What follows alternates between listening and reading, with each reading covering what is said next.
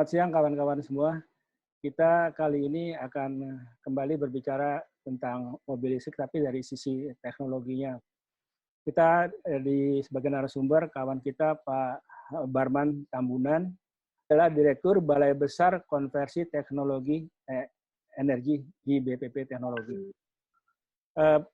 Pak Barman, kita minta waktunya ya Pak Barman ya, kita bincang-bincang. Ya, Pak. Ini pada beberapa waktu yang lalu di forum ini kita berbicara dengan narasumber antara lain ada Profesor Satrio Sumantri Brojonegoro. Beliau itu Kepala Program Percepatan Pengembangan Kendaraan Listrik Berbasis Baterai. Nah, kemudian juga dengan Pak Agus Cahyana, beliau itu Kepala Tim Kerja Percepatan Pengembangan baterai untuk kendaraan. Nah,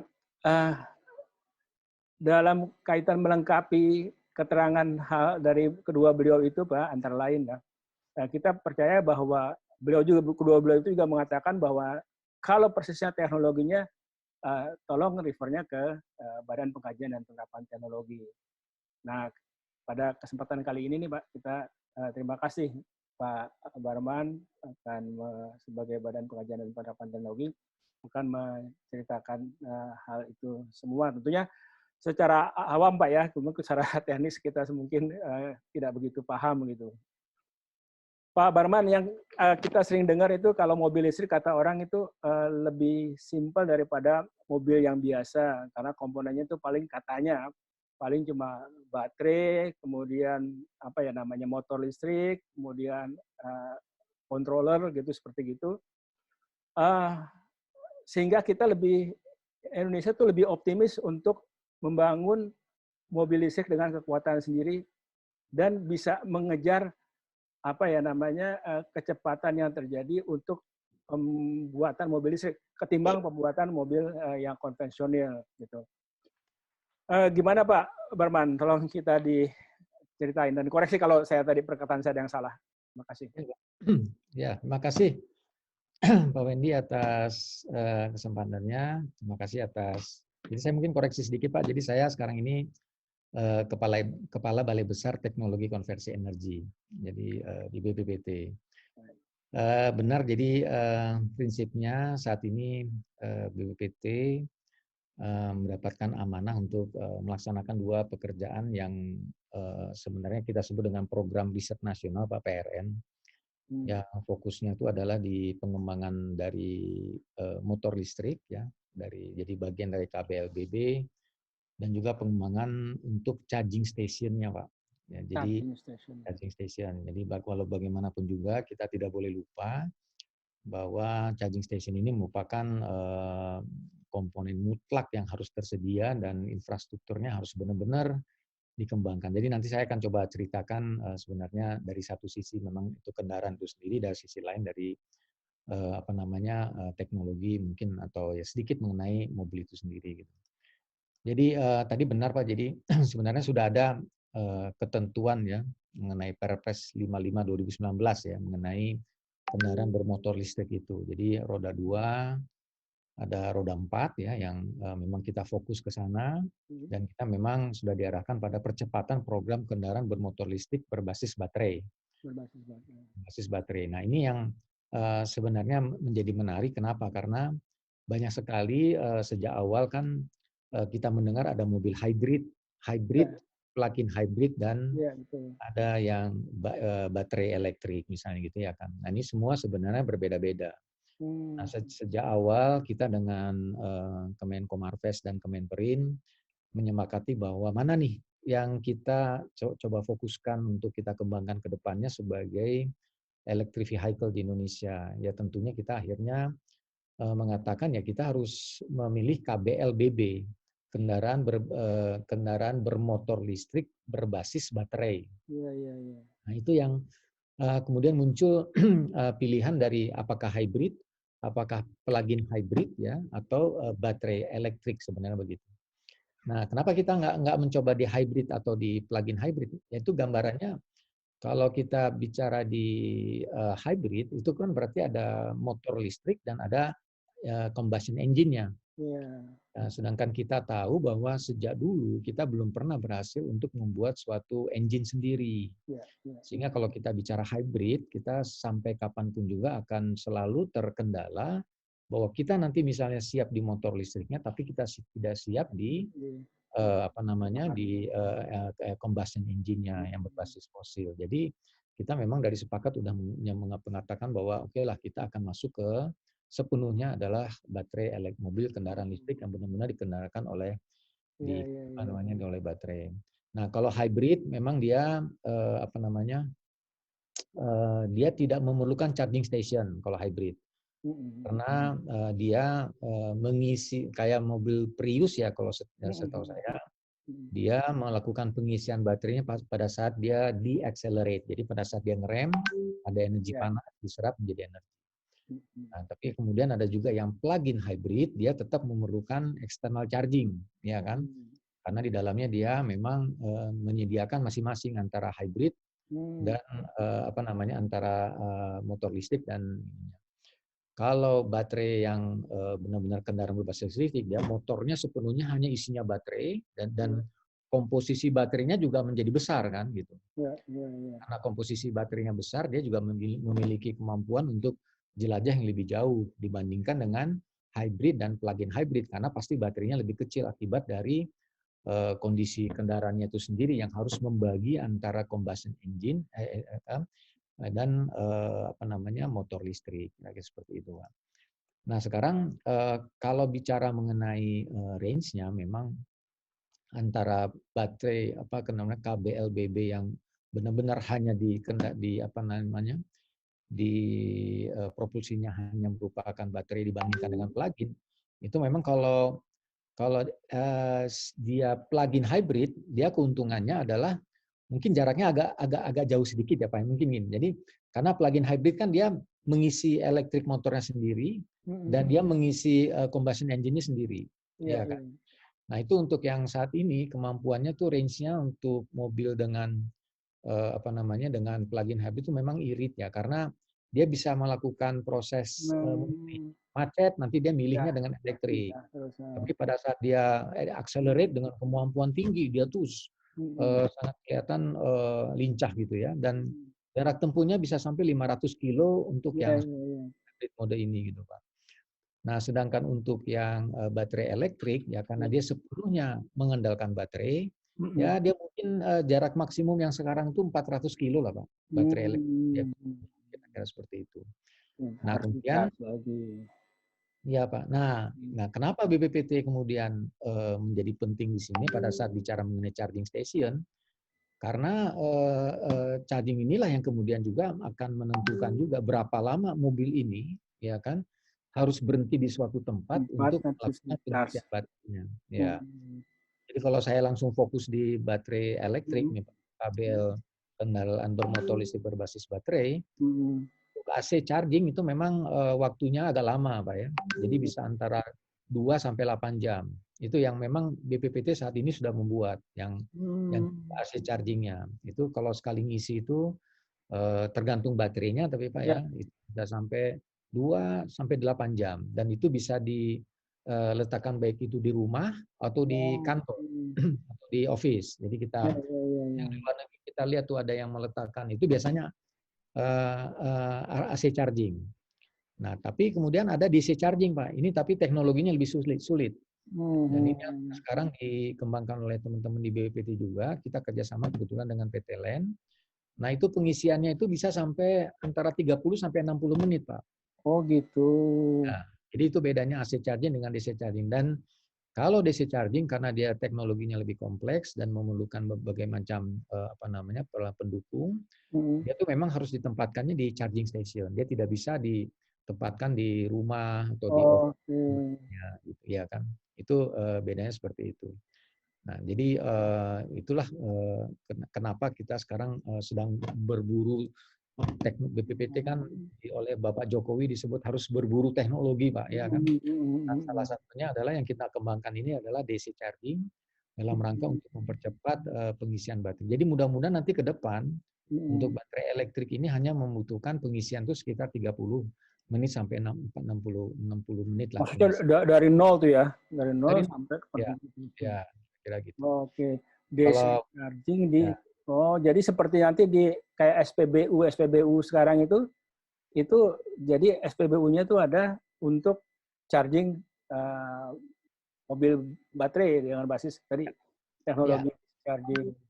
betul Pak. Ya. Oke. Jadi sekarang ini kan contohnya kita sekarang sudah BPPT sejak tahun 2018 ya sudah membangun satu charging station di Tamrin. 2019 kita kerjasama dengan PT LEN. Nah, tujuannya dengan PT LEN adalah waktu itu supaya terjadi proses BPPT melakukan clearing teknologi dan kemudian saat ini sedang melakukan alih teknologi untuk membangun charging station sendiri tipe DC, Pak. Tipe DC.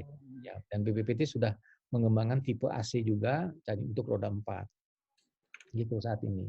Kemudian Arman boleh nggak nanya ini masih ke DC charging supaya kita nggak salah persepsi nih. Kan yang kita tahu sementara ini kan di charging itu yang simple-simple lah, charging baterai biasa, charging ini. Jadi yang katakanlah teknologinya sudah sudah ready di market sejak berapa puluh tahun yang lalu, nggak ada masalah gitu kan ya. Nah, kenapa charging station untuk untuk mobil listrik ini menjadi sangat masalah atau membutuhkan teknologi yang lebih tinggi? Mungkin Bapak bisa ceritakan, mungkin beda sekali dengan apa yang kita bayangkan sebagai orang awam.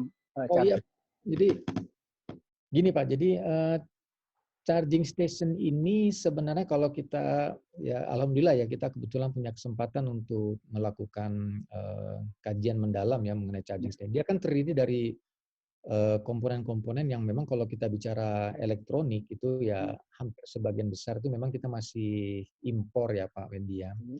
Jadi kalau saya coba rinci, misalnya untuk satu charging station itu ada beberapa komponen yang paling mendominasi ya, yang paling berat itu adalah AC/DC converternya misalnya Pak. Gitu.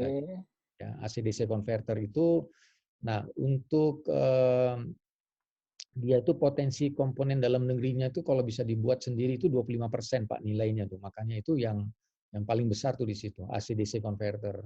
Nah, kemudian yang lainnya itu ya misalnya kalau main controllernya ya, kemudian ada ya kan ada human interface itu Pak ya, apa displaynya ya kan, karena kalau sekarang ini kan pengisian pompa bensin kita cuma lihat angka-angka aja kan. Kalau ini nanti mungkin akan lebih canggih lagi Pak, karena mesti akan ada kelihatan ketersediaan energi ya, kemudian dia bisa komunikasi dengan Android kita. Jadi mungkin pada saat pengisian kita bisa ini saling komunikasi nih antara, dan itu cukup sekali registrasi. Pembayarannya nanti langsung bisa lewat Android misalnya dengan OVO dengan gitu ya kan. Nah, kemudian ada di situ juga ada ini Pak. Jadi ada itu yang saya sebut BPPT kan membuat charging station monitoring system. Di situ ada namanya data communication module Pak gitu. Nah, itulah yang membuat si charging station ini berbeda Pak. Data communication module itu bisa dipantau oleh si ownernya. Owner itu maksud saya misalnya ini SPBU ini milik siapa nih misalnya. Dia punya satu control room yang bisa memantau, misalnya dia punya 100 charging station itu dia bisa pantau Pak. Masing-masing charging station ini okupansinya seperti apa, ketersediaan energinya bagaimana misalnya gitu. Nah, itu ada satu manajemen software yang kita kembangkan. Dan kemudian ada data communication module yang memang diinstal di dalam charging station itu sendiri gitu Pak. Itu membuat dia itu menjadi berbeda. Nah, di BPPT yang kita kembangkan adalah charging station monitoring system yang kita sebut dengan Sonic. Sudah ada Sonic versi 1, ada Sonic versi 2 dan sebagainya. Itu memang perangkat yang saat ini kita sedang coba upayakan dan kita sedang kembangkan, membuat dia menjadi segeneral mungkin sehingga nanti kita menyepakati bahwa baik itu Pertamina, baik itu PLN, baik itu siapapun, kalau bisa menggunakan platform yang sama gitu. Jadi menggunakan operating system Windows yang sama misalnya begitu. Berbeda-beda.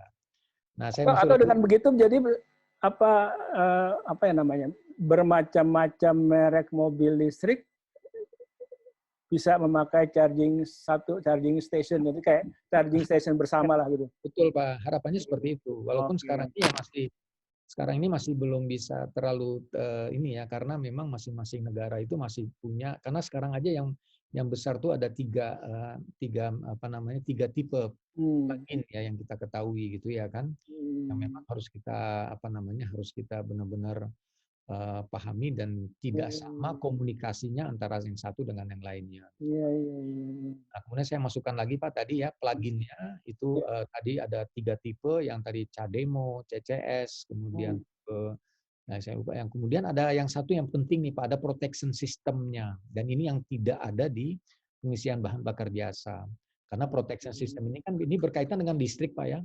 Bayangkan Bapak masuk mobil Iya, kemudian iya, pada saat diisi dengan tegangan yang luar biasa ya, iya. kemudian terjadi sesuatu ya kan. Nah, ini semua harus dijaga dengan satu sistem proteksi yang kita Hmm. yang memang sudah terinstall di dalamnya. Jadi Hmm. satu kesatuan ini dari AC/DC converter, kemudian data communication, protection system, plugin.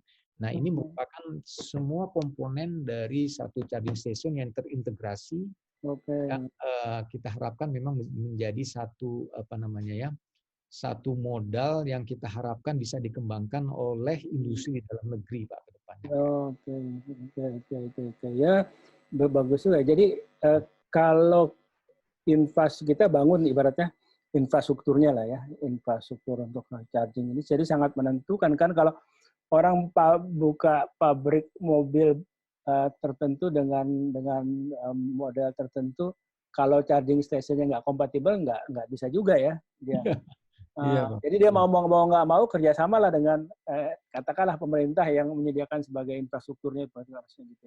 Ya, betul Pak. Nah, sekarang kalau tadi Pak Wendy bicara mengenai roda 2 itu memang yang salah satu yang kita kembangkan adalah kan pengembangan fast charging untuk kendaraan bermotor listrik roda 2 gitu ya kan. Ya, Nah, jadi saat ini kita sedang mengembangkan fast charging-nya Pak ya, ya. yang untuk KBL dalam tahap kedua yang kita sebut dengan Sonic R2 ya, yang dia tuh memiliki outlet jadi charging station ada 2 outlet yang masing-masing berdaya 1 kilowatt gitu. Mhm. Dan di dalamnya sudah kita lengkapi dengan human interface. Jadi di situ juga ada touch screen-nya dan segala macam seperti yang kita lihat gitu. Dan sebentar lagi mudah-mudahan kalau sudah dia nanti akan menggunakan sistem smart card gitu ya dan mobile application misalnya kayak GoPay, OVO atau link aja misalnya gitu. Nah, itu semua udah bisa kita itu mah tinggal fitur-fitur yang kita bisa Iya, masukkan. iya, iya, iya. Dan nah ini kita harapkan sekarang yang kita memang sedang uji coba adalah bagaimana supaya kita bisa menghemat waktu pengisiannya tuh Waktu menjadi ya. 5% lebih cepat, terutama untuk motor listrik gesit, Pak.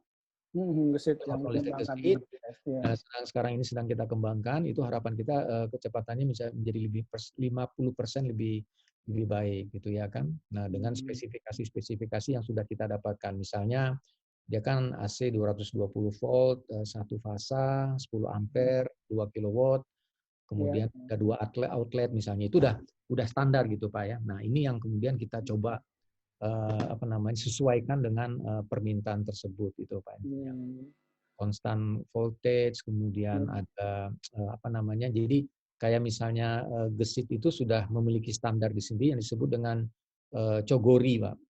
Atau disebut dengan Jinicon plug. Jadi Jinicon plug itu adalah standarnya gesit yang dia pakai sebagai plugnya gitu Pak misalnya. Jadi itu Pak sulitnya memang masing-masing kendaraan tuh kadang-kadang membawa tipenya dia sendiri gitu Pak ininya. Kayak misalnya kita beli HP, untung saja sekarang HP itu variasi dari charge-nya itu nggak terlalu banyak ya, tipenya ya tipe Android atau tipe iPhone ya, ada yang lebar ada yang tipis, tapi prinsipnya udah nggak jauh dari situ gitu. Nah harapan kita memang kita sekarang kejar-kejaran untuk menggunakan tipe-tipe standar yang sudah di internasional, sudah terstandar secara internasional gitu, misalnya yang kita sebut misalnya OCPP compliant misalnya gitu, dan sudah kita mensupport 4G untuk komunikasinya, data komunikasinya. Jadi itu semua sudah menjadi standar yang dilengkapi di dalam ininya gitu Pak, kira-kira. Iya, iya. Charging station-nya. Iya sih, Kak. Jadi kelihatannya apa ya, charging station ini menjadi infrastruktur yang sangat krusial untuk pengembangan kendaraan listrik, baik mobil listrik maupun motor listrik, Pak ya. Iya, Pak. Jadi Karena kalau ya, tanpa ada infrastruktur itu, ya dia mau ngisi di mana gitu kan, seperti itu. Saya jadi ingat gini, kita dulu waktu kita bikin kendaraan mobil pakai bahan bakar gas, itu kan tanda petik gagalnya programnya juga kan antara lain karena nggak ada infrastruktur untuk pengisian BBG-nya yang nggak mudah gitu. ya. Itu Pak, jadi mungkin tadi Bapak bicara infrastruktur, sekalian saya masuk nih Pak. Jadi kalau memang bicara ekosistem kabel BB ini ada 9 poin lah yang saya catat gitu dari. Jadi pertama itu memang charging station-nya. Kemudian sumber energinya, ya kan? Setelah sumber energinya dia disimpan ke dalam baterainya, ya kan? Kemudian ada komponennya, berbagai macam tadi Pak saya cerita komponen, baik itu baik mechanical, baik electrical, ya kan? Kemudian plug-nya, ya kan? Itu udah merupakan satu sistem sendiri. Kemudian ya udah tadi perangkat-perangkatnya itu stasiun pengisiannya, kemudian teknologi informasinya dan sebagainya yang memang disitulah memang kekuatannya harus dipenuhi. Dan kemudian yang secara organisasi besarnya itu yang hadirnya PLN atau Pertamina, yaitu dia harus menyediakan stasiun pengisian kendaraan listrik umumnya, jadi harus ada stasiun khususnya gitu ya kan. Kemudian ada ketersediaan listriknya yang sekarang kita jadi lagi kerjasama nih Pak Wendy, ketersediaan listrik dan memanfaatkan SPKL yang sudah terintegrasi dengan solar cell, dengan solar system. Oh gitu. Ya, jadi nanti mudah-mudahan setiap setiap SPKL itu memang listriknya itu tidak lagi dengan menggunakan fosil, tapi sudah menggunakan solar gitu ya kan. Nah kemudian ya pemerintah harus memastikan ya itu Pak, lahirnya pasar KBLBB, kemudian kesiapan industri komponennya, kemudian tadi saya bicara bagaimana gesit itu bisa tadi ya kita percepat menjadi 30 menit, itu kan tergantung dari kualitas baterainya juga Pak sebenarnya. Jadi makanya pada saat kita mengembangkan charging station ini kami juga bekerja sama dengan pusat material, di mana memang teman-teman juga membuat satu inovasi dalam rangka untuk menyediakan baterainya yang berkualitas tinggi gitu Pak. Pak, sampai tadi baterai berkualitas tinggi. Kalau awalnya kan baterai berkualitas tinggi, tentunya kapasitasnya harus besar, beratnya harus kecil, gitu kan, misalnya gitu kan. Ya, Pak. Terus dia juga apa itu namanya lossesnya dikit, kemudian lifetime-nya panjang, gitu kan, berapa tahun. Dan yang terakhir harganya murah, gitu. Nah, kelihatan dari situ gimana nih Pak? Ya. Kita kan nggak cukup dengan mengatakan bahwa Indonesia punya bahan baku pembuat baterai lithium yang paling besar di dunia, karena kita punya tambang nikel terbesar gitu. Ya, Pak. Itu kan satu, itu baru aset aja, tapi untuk jadiin baterai mungkin ceritanya kan tidak mudah juga. Gitu. Iya. Kalau bicara baterai ya mungkin sekalian ya, karena kita dari bicara charging station itu tidak bisa lepas dari baterai Pak, karena charging station akan menjadi bekerja efektif jika baterainya baik. Itu udah satu rumus gitu Pak ya. Nah, tapi kemudian yang di sini menarik itu adalah bahwa benar Indonesia itu kan memang memiliki satu ketersediaan nikel yang sangat luar biasa besarnya Pak ya, dan ini tidak boleh kita pungkiri bahwa saat ini dari Permen BUMN ya Pak nomor 28 tahun 2020 seingat saya kita sudah dibentuk percepatan pengembangan industri baterai Pak. Iya betul. Mana di situ merupakan holding industri pertambangan ya. MID, ada PT Antam, Pertamina dan sebagainya gitu ya kan. Dan tujuannya adalah yaitu secara proaktif itu memang bagaimana untuk membangun ekosistem industri baterai elektrik untuk mendukung electric vehicle di Indonesia gitu Pak. Intinya seperti itu. Nah, kemudian saya kebetulan dulu ada di pusat material Pak ya, di pusat teknologi material, dan di situ memang kita sudah lama sebenarnya Pak melakukan pendalaman mengenai nikel ini gitu. Dan kalau kita bicara nikel itu sendiri, nilai tambahnya Pak ya, nilai tambahnya dari yang namanya nikel, kemudian dia menjadi suatu diinstal di dalam mobil elektrik atau electric vehicle, itu peningkatan added value-nya yang sering Bapak almarhum Habibie bilang itu bisa sampai 700 kali, Pak. Gitu. Betul. Sampai 700 kali, Pak. Nah, tapi memang kan prosesnya banyak, Pak ya. Jadi dari dia nikel ore, kemudian nikel dan kobalt sulfat ya. Jadi pengembangan itu sampai dia bisa menjadi katoda misalnya gitu ya kan. Kemudian ini kan pengembangan katodanya. Jadi dari nikel ore menjadi katoda itu satu proses tersendiri. Ada proses chemical dan pembuatan komponen selnya yang harus dibuat. Nah, begitu dia sudah menjadi katoda, baru dia bisa menjadi dimanufaktur menjadi baterai sel, ya kan? Nah, baterai sel dan inilah yang harusnya dibangun di Indonesia, Pak, menurut saya gitu. Nah, kalau ini manufaktur baterai ini sudah bisa terjadi dengan menggunakan tadi, Pak, konsorsium dari MindED, Pertamina, dan tadi Pak Agus Cahyana itu gitu, Pak ya. Nah, ini kita bisa punya baterai sel sendiri, punya baterai modul sendiri dan pack-nya. Jadi pack-nya itu adalah di mana bentukan-bentukan baterai sesuai dengan kendaraan yang diinginkan maunya seperti apa sudah dibuat. Jadi gini Pak Wendy, saya tahun 2017 pernah berkunjung ke Shenzhen, ke China. Saya datang ke satu pabrik baterai di sana. Itu yang namanya tipe baterai mulai dari yang ukuran paling kecil hanya segini sampai segini. Itu dalamnya sama, Pak. Sama, ya betul. Hanya dia melakukan proses memanufaktur bentuknya saja yang disesuaikan dengan dengan tipe custom yang dibutuhkan gitu. Betul. Nah, cuman hebatnya memang di sana pengolahan bahan baku nikel ore-nya mereka lakukan sendiri sampai menjadi katoda gitu. Kalau itu bisa kita lakukan di Indonesia, ya automatically nanti akan menjadi satu yang tadi Pak saya bilang added value-nya itu bisa luar biasa peningkatannya. Ya, kalau itu terjadi, posisi tawar kita untuk mobil listrik di dunia makin tinggi, Pak ya. Tinggi, Pak, betul Pak. Ini memang kita harapkan ya harusnya nilai tambah terbesar itu terjadi ya pada saat kita memang benar-benar sudah mampu untuk membuat baterai pack tadi gitu Pak. Jadi kalau dari katoda ke sel itu masih belum terlalu terjadi, tapi begitu dia sudah masuk menjadi pack, baterai pack, baterai pack itu kemudian dimasukkan ke dalam mobil listrik itu sendiri, nilainya sangat biasa. Karena sampai sekarang ini nilai baterai dari suatu kendaraan itu mencapai sekitar 35% daripada kendaraan itu sendiri, Pak. Sepertiganya.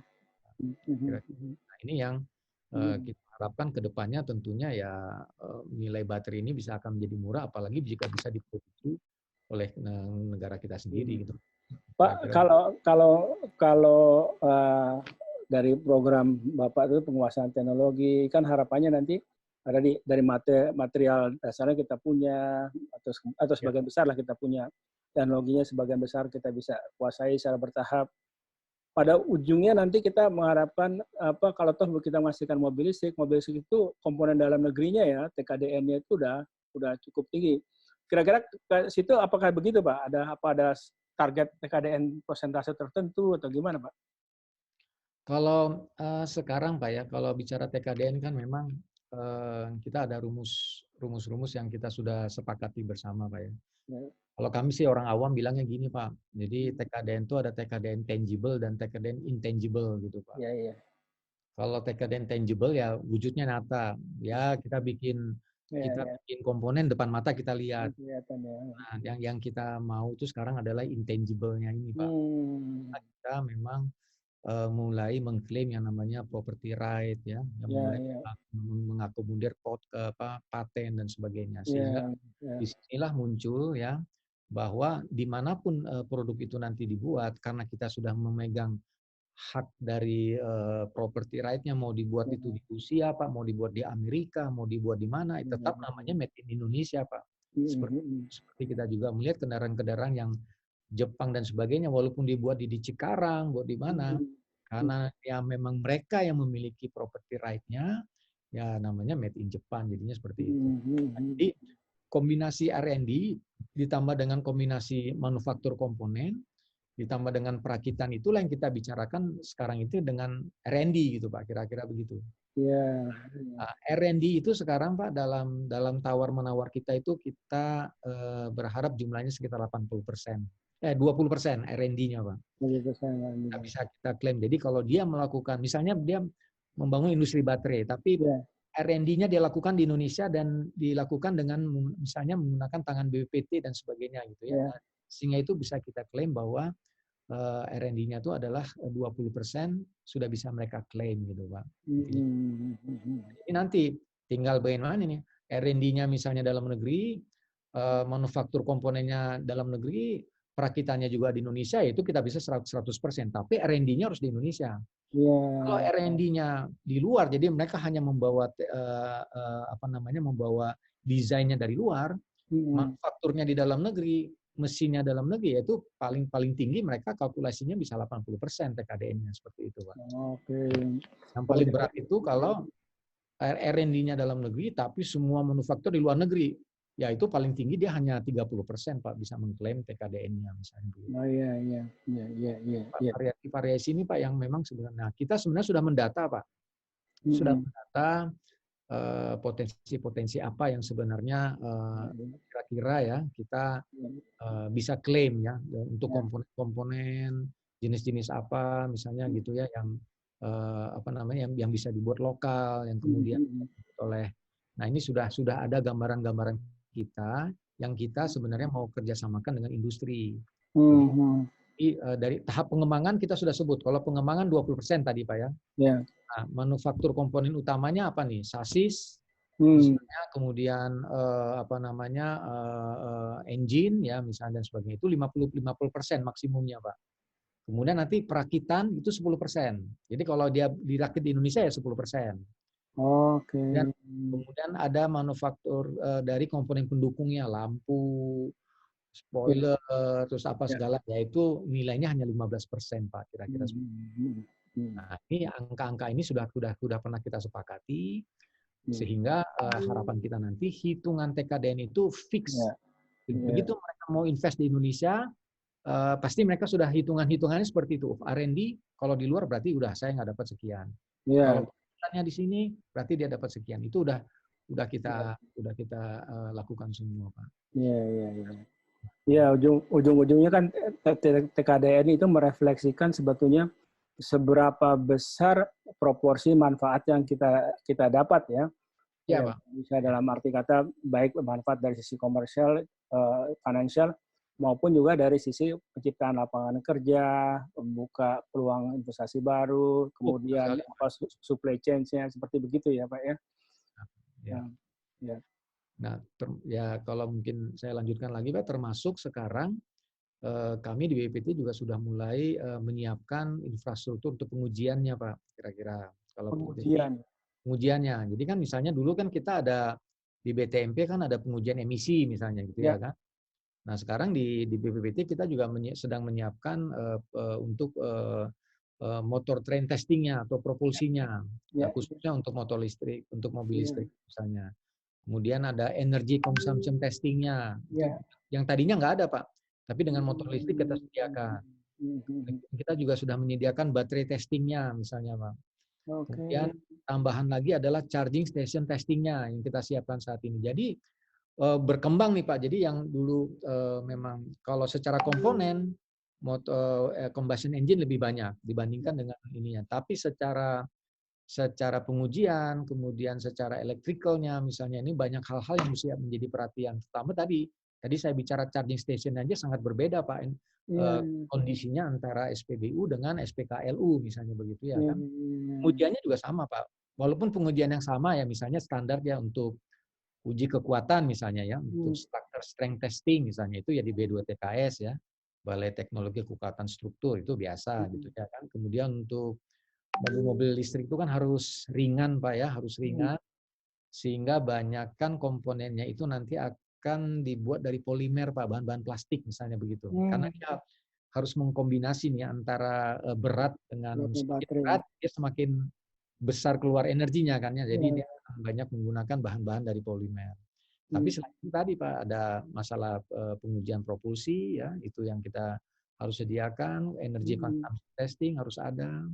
kemudian baterai testing ini yang paling penting Pak, karena baterai testing ini akan sangat menentukan bagaimana kondisi kelayakan dan kekuatan dari mobil itu ya. Jadi karena nanti jangan sampai ada baterai abal-abal nih Pak, misalnya begitu. Dan tadi Pak, station testingnya, charging station testing ini, jadi setiap mobil baru yang masuk ke Indonesia itu harus diuji dulu dengan menggunakan tipe-tipe charging station yang ada di Indonesia ini. Apakah memang kompatibel atau tidak, cocok atau tidak, dan sebagainya.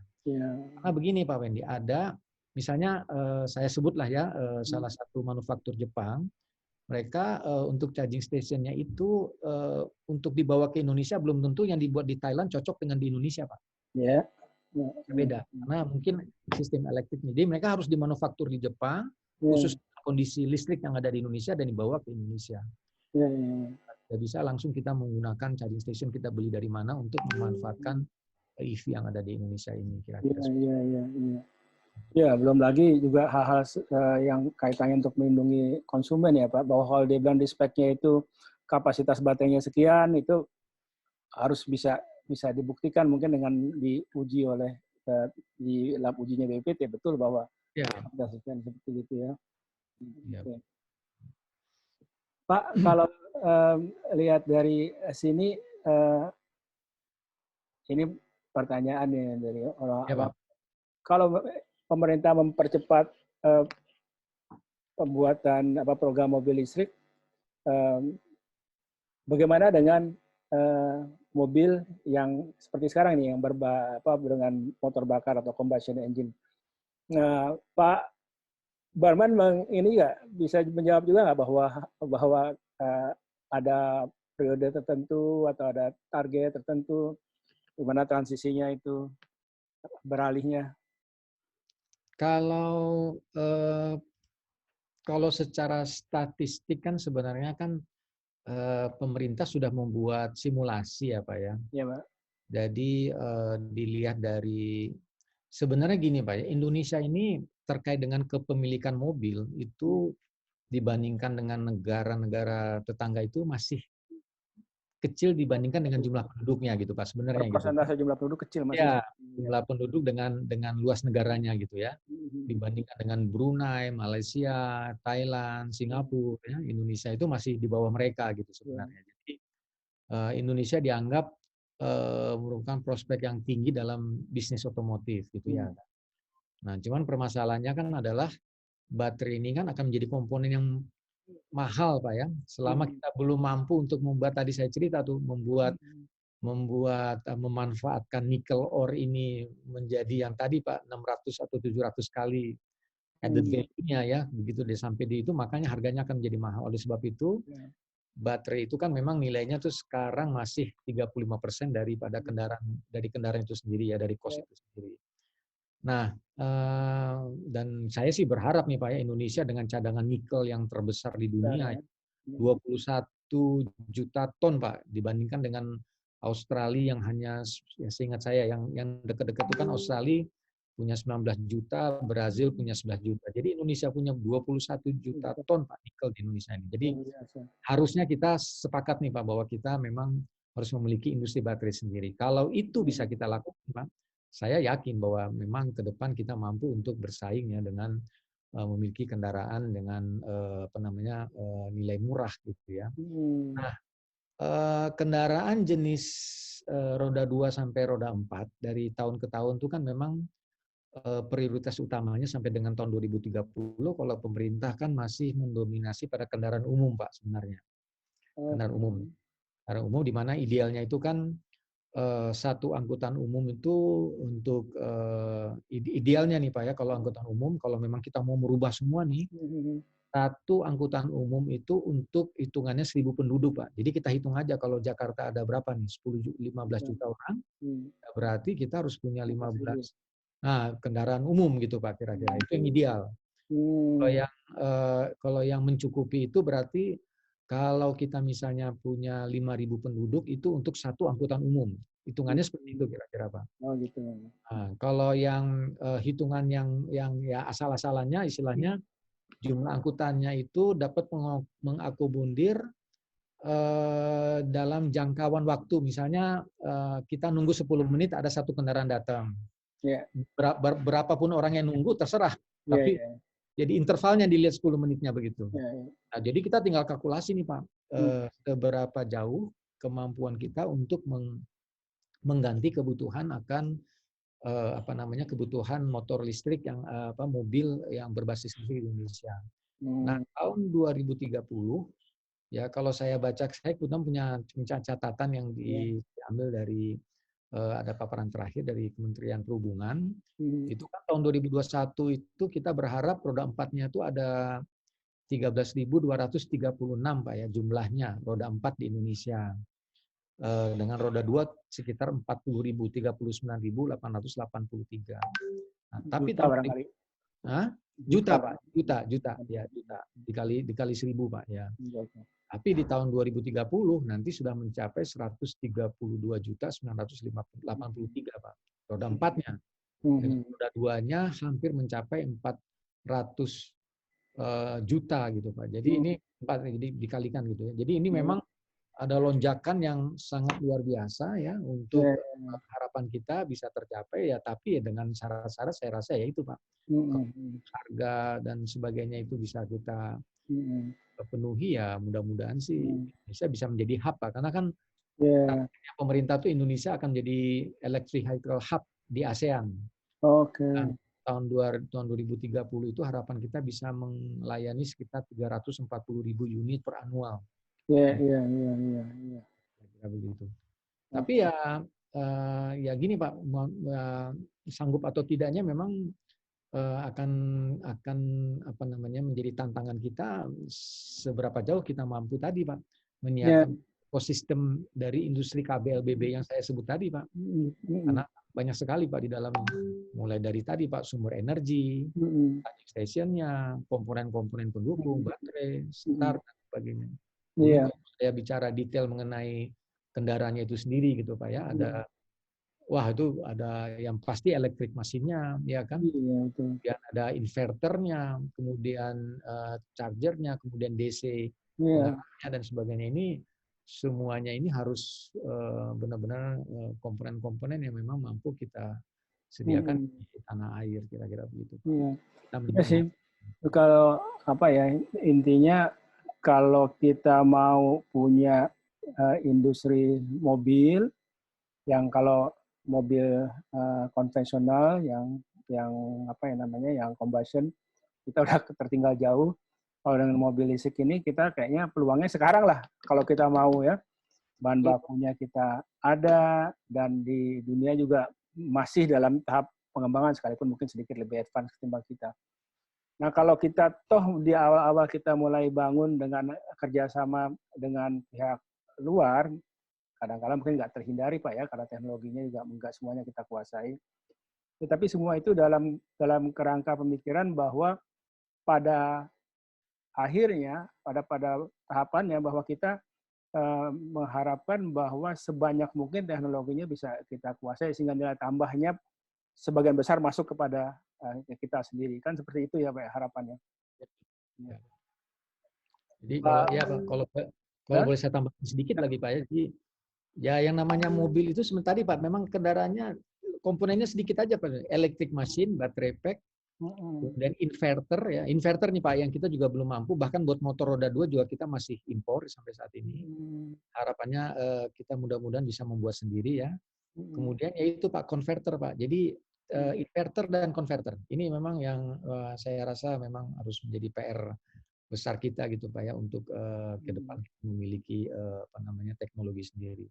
Karena di Dan dalam once ya, kita kuasai teknologi baterainya tadi itu kan bukan hanya untuk mobil listrik ya. Ini katanya saya dengar juga PLN dan Pertamina untuk apa istilahnya energy storage ya. Energy ya storage itu juga katanya juga diperlukan luas sekali itu ya dengan apalagi dengan sistem tadi Bapak singgung apa rencana ke depan itu sistem jaringan cerdas ya smart grid Pak. Ya, smart grid betul. betul Pak. Ya. Pak, luar biasa sekali Pak Barman apa yang dikerjakan teman-teman di BPT untuk menjadikan apa yang kita miliki ini resources mentah yang kita miliki dari bahan tambang ini bisa kita konversikan menjadi suatu keunggulan bagi teknologi kita, Pak. Ya, ya. Tentunya dengan usaha semua ya harus didukung, kita serius mendukungnya ya Pak ya. Mendukung yang tantangannya nggak mudah, jangan sampai lagi terulang lagi golden momentum untuk kita ngejar dalam pengadaan mobil nasional ini terlewatkan lagi seperti masa-masa lalu seperti itu. Ya. Pak Barman, terima kasih dan semoga sukses dan tetap semangat teman-teman di BPT dan tentunya kerjasama dengan di instansi lain. Ya Pak, terima kasih Pak Wendy juga. Saya juga sebenarnya banyak Pak yang bisa kita share nanti Pak. Mungkin ada momen yang lain ya, karena memang saya lihat teknologi EV ini disruptif Pak. Orang bilangnya disruptif. Jadi di era disruptif ini kan perkembangannya begitu cepat gitu ya Pak. Jadi kita baru berpikir sebentar orang sudah mengeluarkan sesuatu yang baru gitu Pak. Ya. Nah ini yang menjadi satu era kita, era disruptif, era revolusi industri 4.0. Indonesia harus mengejar. Ya satu-satunya cara memang kita harus saling mendukung nih Pak semua. Baik itu adalah ya dengan metode pentahelix tadi Pak. Bagaimana peran industri, peran lembaga litbang jirap ya, kemudian universitas, pendanaan ya, kemudian sektor-sektor yang mampu untuk membangun membangun ekosistem dari KBLBB ini dengan baik, sehingga memang kebersamaan inilah ya akhirnya saya yakin ya suatu saat bisa kita. Tapi kalau sistem pentahelix ini tidak terjadi ya masing-masing masih bekerja melihatnya bahwa apalagi kalau hanya mau melakukan perakitan gitu ya, tidak terjadi R&D di Indonesia. Tadi yang saya bilang komponen 20% ini kan usulan kita Pak ya, yang kemudian disetujui oleh pemerintah melalui peraturan Permenperi nomor 2728 tahun 2020. Ya sampai kapanpun saya rasa kita tidak akan memiliki satu yang kita sebut dengan Made of Indonesia. Made in Indonesia-nya benar Pak, di Indonesia dibuat. Tapi bukan buatan orang Indonesia Pak. Karena begitu mereka hengkang pergi ya selesai Pak. Nggak kebagian teknologinya sama sekali di Indonesia. Terima kasih Pak. Terima kasih Pak. Pada ujungnya ya Pak, kita diharapkan konsistensi dari kebijakan pemerintah Pak ya untuk mendukung ini semua itu. Ya mau nggak mau akhirnya semuanya berpulang ke situ juga karena pemerintah dengan regulasinya itu yang mengayomi Pak ya. Iya Pak, betul Pak. Terima kasih Pak Barman. Ya. Sama-sama Pak Wendy, terima kasih. Mohon maaf juga kalau ada salah-salah, tapi insya Allah ini sudah bisa menjadi bagian daripada bagaimana kita men-share nih Pak ya, bagaimana demandingnya sebenarnya EV ini, dan harapannya ya dengan kita saling men-share ini banyak juga menjadi punya ketertarikan, dan memang ini kejar-kejaran waktu Pak, disruptif Pak, era disruptif. Terima kasih Pak Wendy. Terima kasih Pak. Ya. Pak. Ya.